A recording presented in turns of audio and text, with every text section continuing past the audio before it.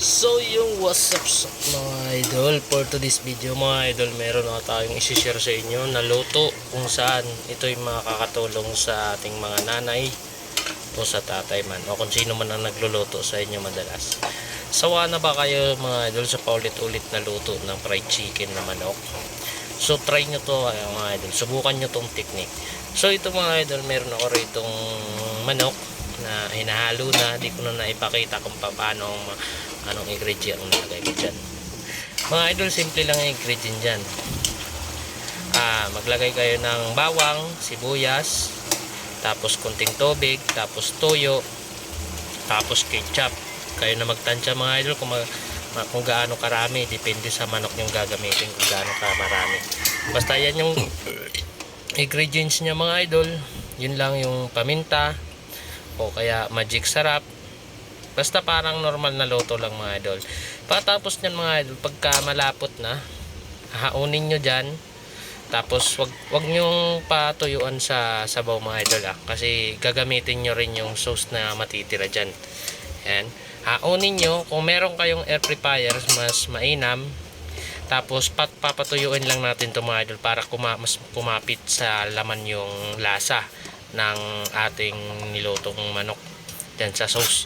Yung sauce, itabi nyo lang yung mga idol dahil magagamit natin mamaya. Pagka meron kayong air fryer, mas maigi. Pero kapag wala, okay lang.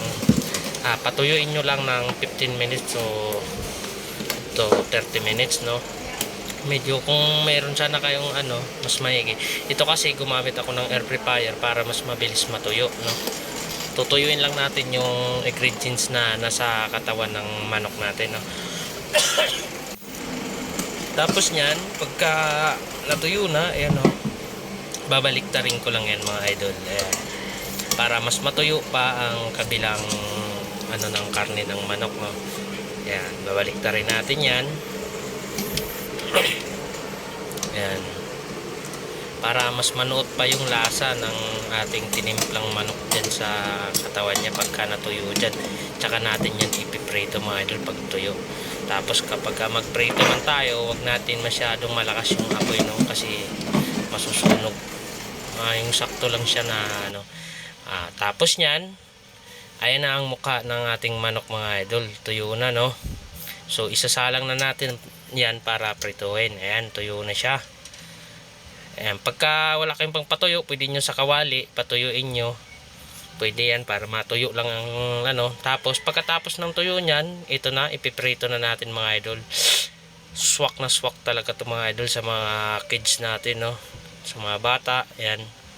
Napakalasa niyan mga idol. Ayan. Alam niyo kung ano nagpakulay diyan? Ketchup mga idol. Ketchup lang. Kung magluto kayo, magmarinate kayo doon sa tinuro ko, mas maigi pagka maraming ketchup. Ayan. Pagka magprito lang din kayo, wag masyadong malakas ang apoy tulad na ng sabi ko kasi masusunog. Ganyan lang dapat ang mukha ng chicken natin, no? Ang sarap niyan mga idol. Yan, tapos yung sauce niya kanina, no, yung pinaglutuan natin kanina, yun din ang gagamitin natin mga idol pang sausawan. Ang sarap, maparami ka talaga ng kanin dyan mga idol. Yan, pagka itong diskarte mga idol pagka sawang-sawa na ka lagi sa fried chicken, yan, ito na yan mga idol. At ito nga ang sabi ko, tulad ng sabi ko, ito yung sauce na ginamit natin kanina, yung bawang, sibuyas, tuyo, tapos ketchup, paminta. Yan, naghalo-halo na dyan mga idol. Yan, maparami ka talagang kain dito mga idol. Yum talaga. Yan talaga. Yan mga idol, tulad ng sabi ko, mapapayamyam talaga ang mga anak nyo dito dahil napakasarap talaga ng fried chicken pagka ganito ang pagluto nyo mga idol. Wag lang basta-bastang prito lang gawin nyo dito mga idol. Yan, pati ako napaparami ng kanin dyan mga idol. Tingnan nyo naman. Pati yung sauce talagang dinidilaan ko mga idol dahil napakalasa pagka ganito ang gagawin nyo mga idol. O, diba? Nagkakamay na nyan ako mga idol.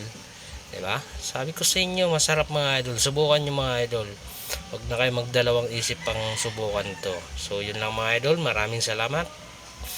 At pakishare naman ang ating video sa lahat ng mga ka-idol natin dyan. Huwag kalimutan mag-like and share sa ating video mga idol. para marami pa tayong magagawang video mga idol. Maraming salamat sa suporta. Thank you.